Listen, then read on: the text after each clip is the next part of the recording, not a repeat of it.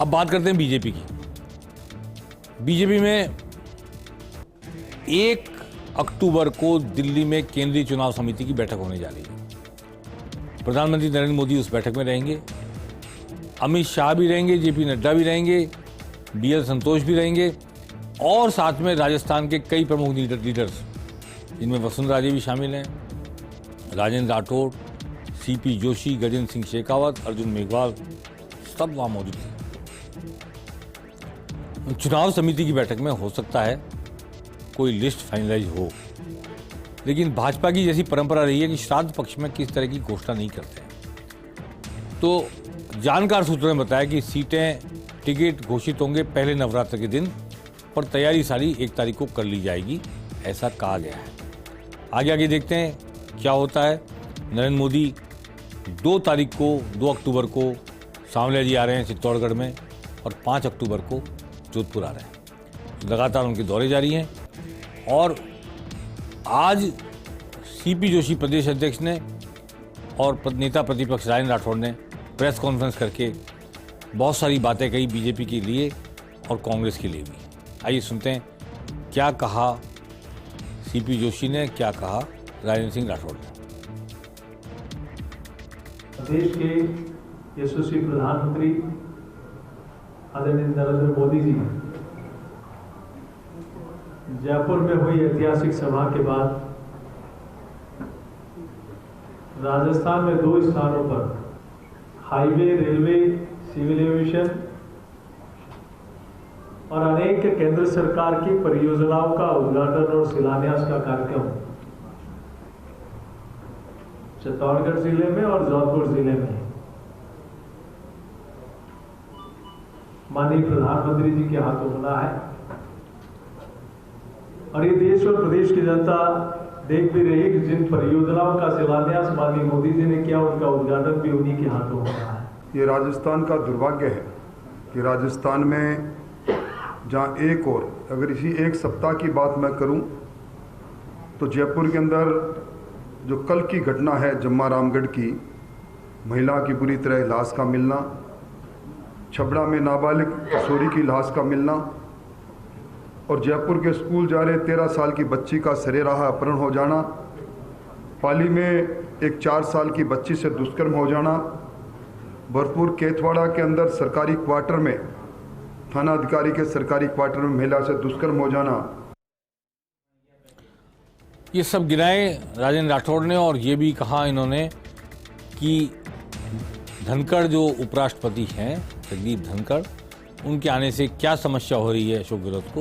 वो एक संवैधानिक पद पर बैठे व्यक्ति हैं और उनके विजिट करने से कोई समस्या नहीं होनी चाहिए।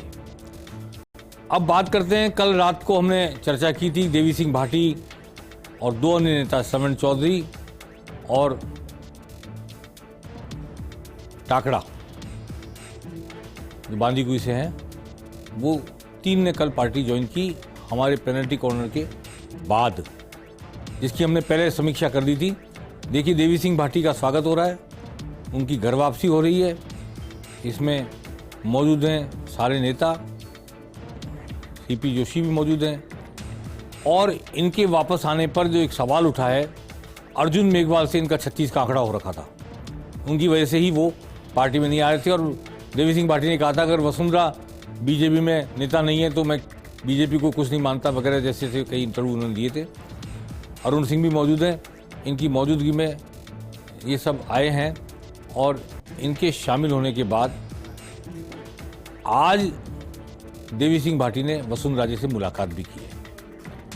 ये इंपॉर्टेंट बात है क्योंकि देवी सिंह भाटी वसुंधरा राजे को ही नेता मानते हैं और वसुंधरा राजे को नेता मानने वाले व्यक्ति की घर वापसी बहुत सिग्निफिकेंट है बीजेपी की राजनीतिक दृष्टि से। मैं कहना चाहता हूँ कि देखिए अब से कुछ देर पहले मिलकर आए हैं देवी सिंह भाटी वसुंधरा राजे से और उनकी मुलाकात के कई मायने निकलेंगे आगे तक, ये मैं आज कहना चाहता हूँ। देवी सिंह भाटी ने यह भी कहा कि अर्जुन मेघवाल के साथ उनकी बातचीत हो गई है, जो बातें उन्होंने पहले कही थी उनका अब कोई मतलब नहीं है। उन्होंने एक समय गैर मेघवाल अनुसूचित जाति सम्मेलन में कहा था कि अपने मेघवाल को वोट मत देना, तो इस बात का भी उन्होंने वहाँ वायरल हो रहा है बहुत ज़बरदस्त मीडिया में ये वहाँ पे, लेकिन इस वायरल होने के बावजूद भी, उनके उस भाषण को वायरल करने के बावजूद भी देवी सिंह भाटी पूरे जोश में हैं और पूरी कोशिश कर रहे हैं कि वो कोलायत में बड़ी चुनौती बनकर सामने आ सकें कांग्रेस के सामने। ये एक इम्पॉर्टेंट बात है। और देवी सिंह भाटी ने आज मीडिया से भी बातचीत की, मुखातिब हुए और अपनी घर वापसी के बारे में क्या कहा, ये सुनते हैं। भाजपा के प्रबल नेतृत्व, भाजपा में एक शक्ति पैदा करने वाले हमारे ये सारे मंचस्थ पदाधिकारियों को मैं प्रणाम करता हूं कि आज 5 वर्ष बाद में आपने वापस मुझे छाती लगाया और मैं भी बहुत गर्वान्वित हूं। किन्हीं परिस्थितियों से कुछ बिंदु के ऊपर अलग हो गया था मैं, लेकिन आज हमारे जो वरिष्ठ पार्टी के पदाधिकारी हैं उनसे चर्चा हुई, कोई थोड़ा बहुत गिला शिकवा था तो वो भी दूर हो गया। मेरे जो बीकानेर के ही हैं केंद्रीय मंत्री अर्जुन राम जी मेघवाल से भी वार्ता हो गई, हम दोनों संतुष्ट हैं।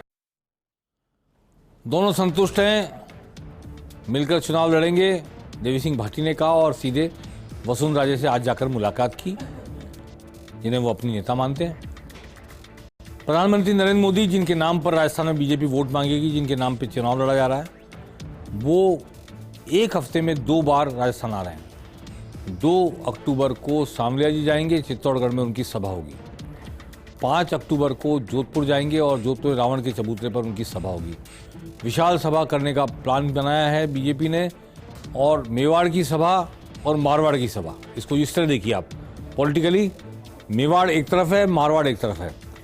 एक दौरा मेवाड़ का कर रहे हैं वो, 2 अक्टूबर को सांवलिया सेठ के जाएंगे और 5 अक्टूबर को मारवाड़ के प्रमुख स्थान जोधपुर जाएंगे और संबोधित करेंगे, जनता को भाजपा के लिए वोट मांगेंगे, कार्यकर्ताओं में उत्साह और जोश का संचार करेंगे। आइए देखते हैं क्या कहा गजेंद्र सिंह शेखावत ने, जो जोधपुर के सांसद हैं, केंद्रीय जल शक्ति मंत्री हैं, क्या कहा इस यात्रा को लेकर।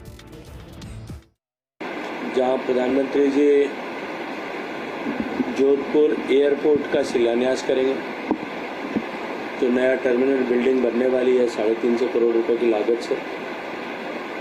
जोधपुर में जो ट्रॉमा सेंटर एम्स में नया बन रहा है, क्योंकि जोधपुर का एम्स जो है पूरे पश्चिमी राजस्थान के ट्रॉमा केसेस को कैटर करने वाला इंस्टीट्यूट है, तो वहाँ एक डेडिकेटेड अलग से ट्रॉमा सेंटर, ट्रॉमा हॉस्पिटल बने, उसका शिलान्यास करेंगे।